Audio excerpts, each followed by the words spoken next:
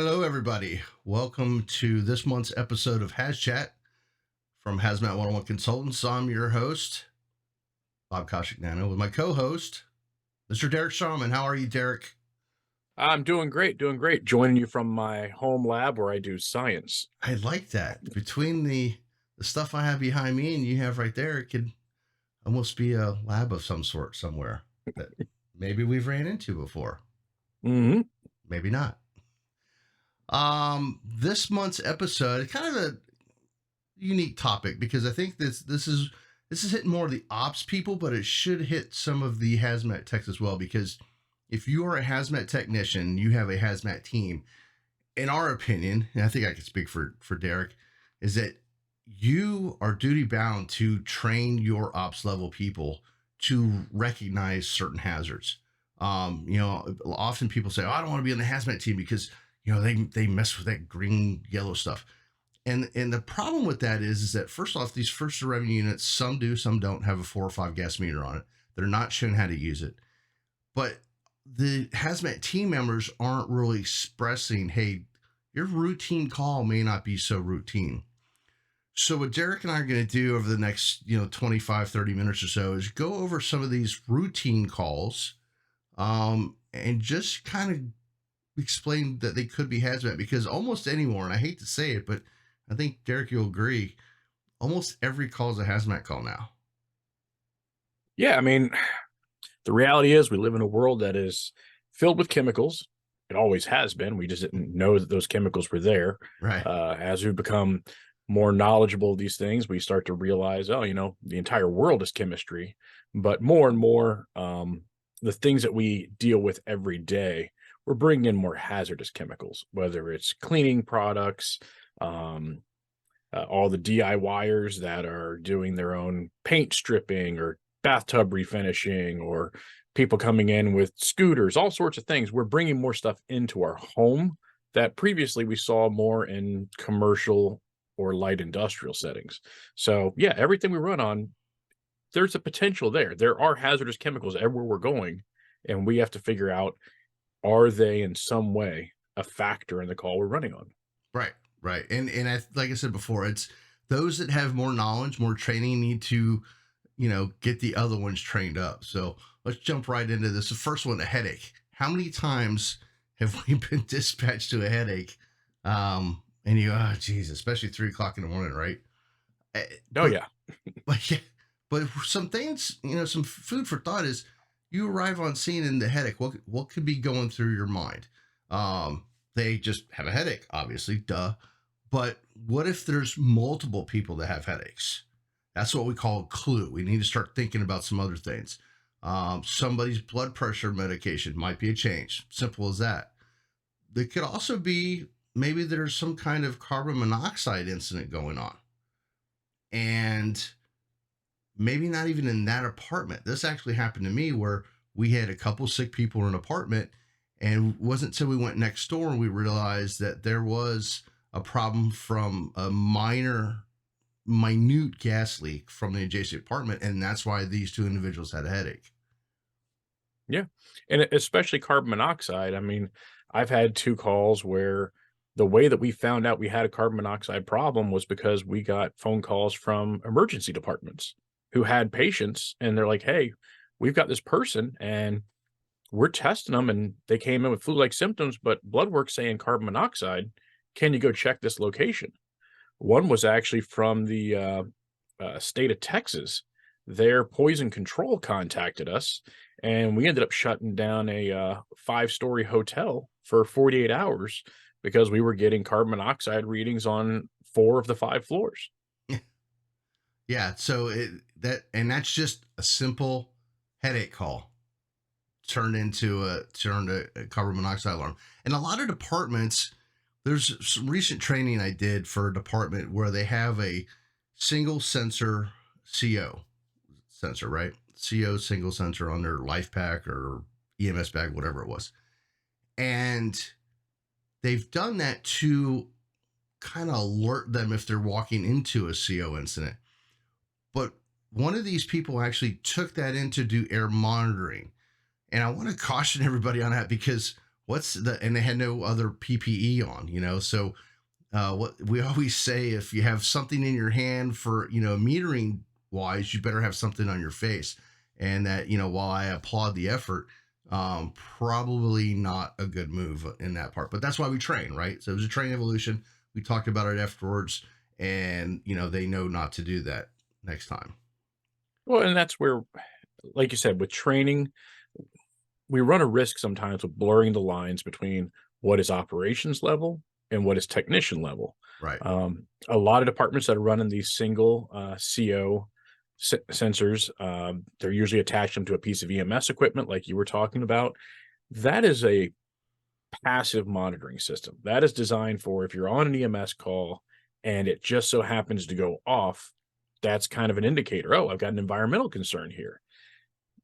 It's not really something that we should be using to seek things out because it's not telling us the other components of air. It's not telling Right. us what else is going on. So carbon monoxide can be coming with other hazards. So going in and using a standalone carbon monoxide sensor, and we're not monitoring O2, and we don't have guys using SCBA, now we've got a problem. We got people who think that they're using something in a safe manner, but are putting themselves at greater risk because they don't have the full spectrum of detection of what they should be using on that call and are probably becoming complacent and not using the PPE. Yep. Absolutely. Absolutely. All right. So let's move on to the next one. Check the well-being. Boy, we've never gone any of those either, huh? This is, I always hated these calls because this is the one that's like, oh, are there flies on the window? You see the window moving and it's not the window, it's the amount of flies. That always, got me. Or you open up the cab truck and you, oh, yeah, we don't need to go any further, boys. That or the mailbox stuffed full. Stuff full of mail. It's not going to be a good day. It's not going to be a good day. But the simple check the well-being call, this is one of those where a single engine company went a run we had, and it was one of those hotels converted into like apartments, and it had that hotel throw on it, and as soon as they were able to just crack the door, they saw on the side of the TV said DNR for do not resuscitate, and they're like, ooh. And we had just had a chemical suicide class not too long before that. So they knew to call HazMat. And once we forced the door, that's exactly what this turned out to be. Was they hadn't heard from this woman in a while, and she had committed suicide with a helium bag type method. This isn't a suicide class. We'll talk, or show. We'll talk about that another time. But there again, a simple check the well-being call, and our particular first aid unit had no air monitoring equipment, so at least they thought enough to recognize the call of HazMat. Mm-hmm. Especially because just because we're getting the well-being check where they haven't heard from that person in a week or maybe 2 weeks doesn't mean that the event occurred a week or 2 weeks ago. Right. They may have just been ignoring calls, and within the last 12 hours, they've done something, and we're getting there while the byproducts are still at significant concentrations that they can cause harm to us. And we need to be smart with these things and think about them a little bit differently, because whether it's a chemical suicide or some sort of a release, or just someone who doesn't want to be stopped, or someone who just doesn't like people knocking on their doors, we have to be smart about keeping our personnel safe. Yep. Very good point. Very good point. And they may not want to be bothered, and you don't know if there's a weapon involved, or which brings up a question. How about this one? What do you do for the check the well-being? We used to call, and now that I'm gone, you could answer this better than I. We wouldn't do anything, force entry or whatever, till law enforcement got there and cleared the building. So do we allow law enforcement to go in without any kind of metering equipment? What's your thoughts on that? Well, there's been a lot of discussion back and forth with agencies, I'm sure across the country, with different events that have occurred. Firefighters that have been unintentionally shot thinking that they were intruders because they startled someone awake. Same thing with law enforcement officers. Law enforcement officers also have the additional burden of, if they go in and they see something else that's a crime, it puts them in a very difficult position of, you want to not have people refuse aid and assistance because they're worried about the criminal aspect. But at the same time, if they're seeing a crime, it kind of makes it difficult for them. So what a lot of agencies are going to, and it's going to become more and more common, is now it's a knock on the door. If Mhm. no one answers and we give a good look, we're not forcing entry into a lot of these buildings anymore because Right.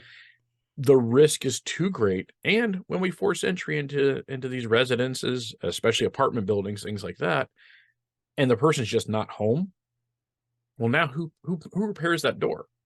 Right. We, as firefighters and first responders, even law enforcement, we're all doing it with the best of intentions. We're imagining that diabetic patient passed out on the floor that's been down for a couple of days, and we're there to help. But the reality is, we're breaking into someone's domicile, Mhm. not knowing if they're there, not knowing if they need help, and either causing damage when it wasn't needed, or going in and the person's just sleeping and had their phone turned off and a family member couldn't get a hold of them. And now that person who is thinking that they are in harm's way, they direct, whether it's a weapon or even just physical force towards us, thinking we're an intruder. Right. It's a delicate balancing act, and that's where, I think a lot of departments, law enforcement and fire together, are kind of drawing a line and saying, this is as far as we go. From there, family needs to maybe reach out and have a key or something to get in. Yeah. Well, and too, we always talk about doing 360 size ups for fires or whatever. You can walk around the structure and see a lot through windows, hopefully. And, Mhm. and you may not, but that's something to be cautious for. So, all right, let's jump to the next one.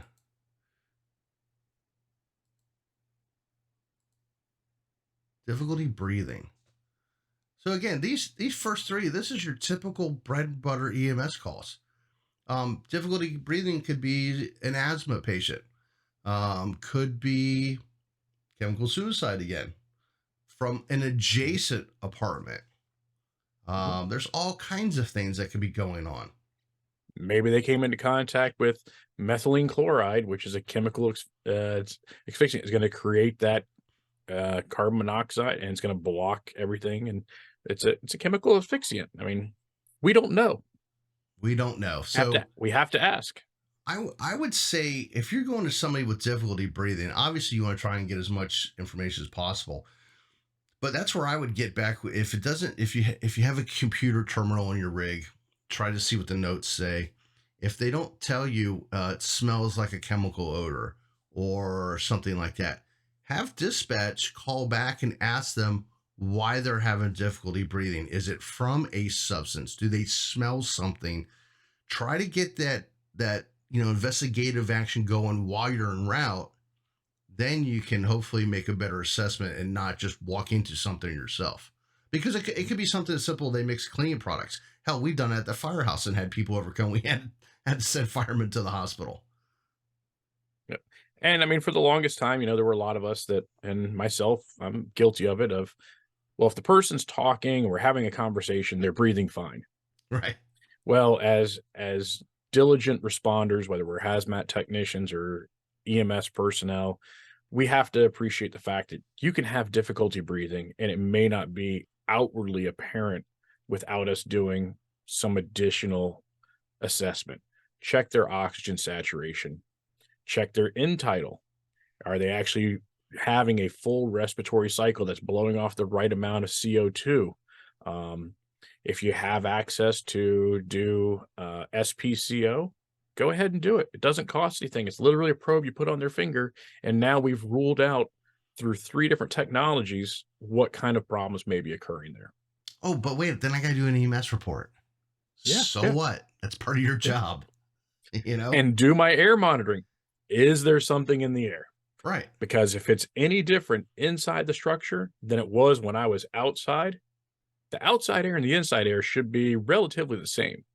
Right. Any change from the outside air to the inside air should be making me look a little bit further. Right. Exactly. And then we have your house fire. You know my pet peeves about this one. So there are many units, and pay attention out there, people. There are many departments that are using a 4 or 5 gas meter so that they can come off air.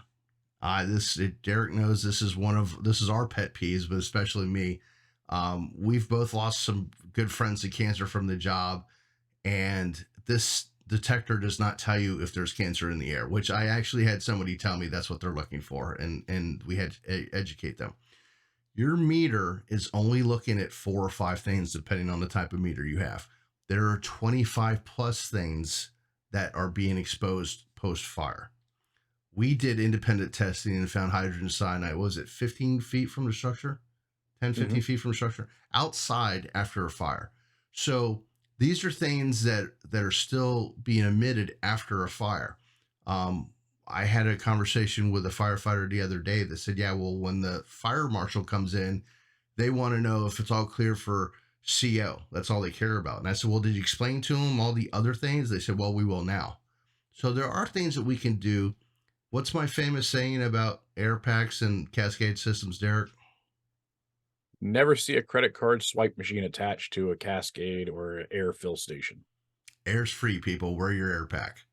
But not going to beat that one up too much because I think we've mentioned that before. But please do not utilize air monitoring to turn the building back over to the occupant because you're missing so many other chemicals and putting yourself at risk.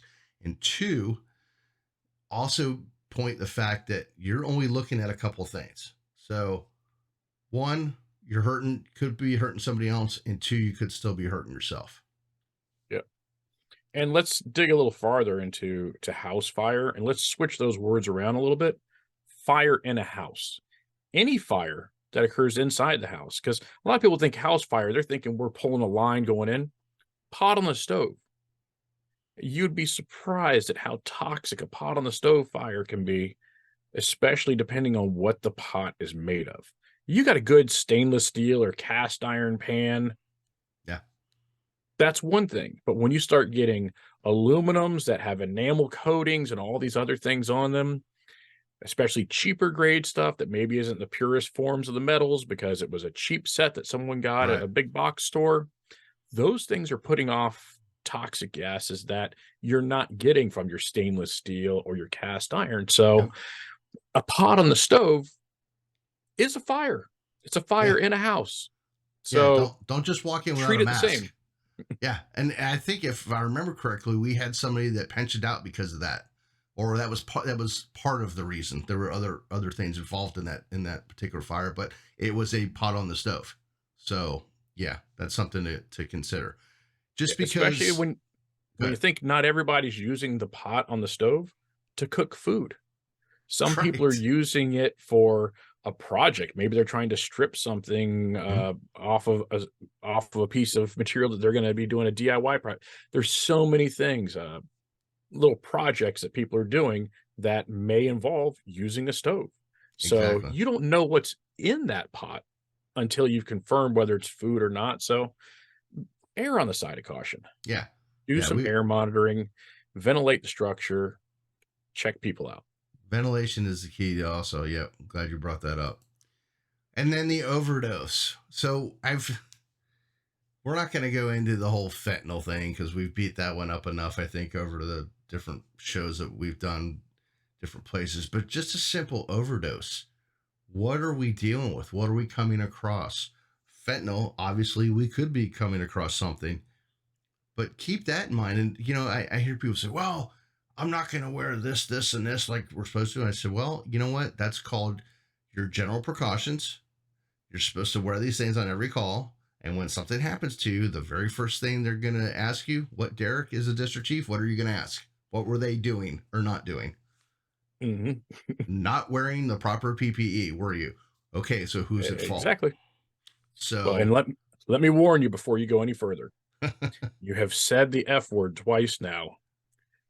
Not the curse word, but the other word. I know. The overdose word. And it's like Beetlejuice. It's like Beetlejuice. I know. If you say it a third time, I'm going to go unresponsive. So you've got 2. We can't say that word again. I can't say it anymore. I don't have any Narcan to self-administer. Yeah. So there are very good point. There are other things than that other word. that can cause overdoses that we need to be aware of, and just be cautious as we're approaching it. Don't just think, somebody's passed out, overdose, and it's a routine run. Well, that may very well not be a routine run. So, and then lastly, person passed out. I love this because, as Derek and I can certainly attest, that 90% of the calls we had at Station 1 after midnight were somebody passed out, thanks to our local law enforcement, using us to clear the streets from the drunks. But it could be something else. It could be somebody had, again, chemical suicide of some sort. It could be an overdose. It could be one of 100 things. So don't just think, oh, they're passed out, I'm going to give them the sternum rub or the, whatever the hell it is you're going to do, because you don't know what you're going to be getting into. Yeah, you could find yourself at a restaurant with a 80 some odd year old woman passed out in the bathroom, and you're thinking she vagaled out, and that's not what happened. They hooked up to the wrong valve and filled that restroom with carbon dioxide. So, and that's if someone passed out, why did they pass out?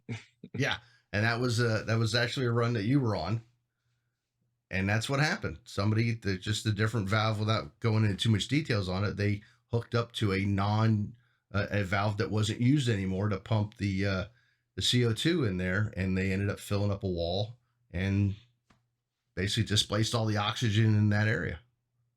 Yeah, and like Bob was saying, the thing that we have to do is, hazmat calls are happening. They're happening more and more. What's not happening is an awareness of the hazmat team that there was a need to respond to these calls. They're being chalked up as just regular EMS calls, which, yes, we have the patient, we have to treat the patient, but we need to train our first on-scene crews to recognize, okay, I've got 3 people symptomatic in this structure. Yeah, that's not normal. What do I have? Is it flu season? Yeah, that's one thing, but 3 people with the same symptoms and no obvious reason why, let's bring some other resources in. Bring the hazmat team in, have them do some air monitoring. It's probably something environmental. Yeah.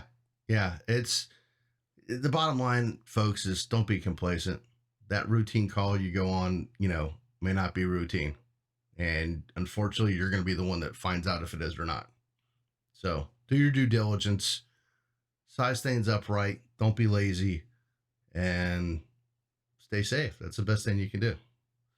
Well, that was a short and good one. Yeah, go ahead. I was going to say, operations level people, like, I know a lot of times we talk about hazmat, everyone thinks this is the team thing. The hazmat team's the one who needs hazmat training.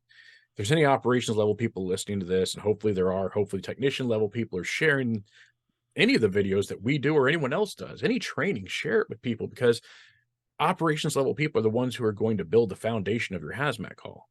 Yep. And we need them to not only make sure the community's safe, but make sure that they're safe, because they're going into these environments and they may not have all the information, but they need to know. Just like when we look at a patient and say, what are the signs and symptoms? Just like when we size up a building, what size is the building? What are the conditions of the building? Yep. Every call we go on needs a size up, and we need to ask, why are we here? Yes, this person's sick, but is it potentially something here that made them sick? Right. Exactly. We're all gung ho, and you've said this many times, and I've been saying it too.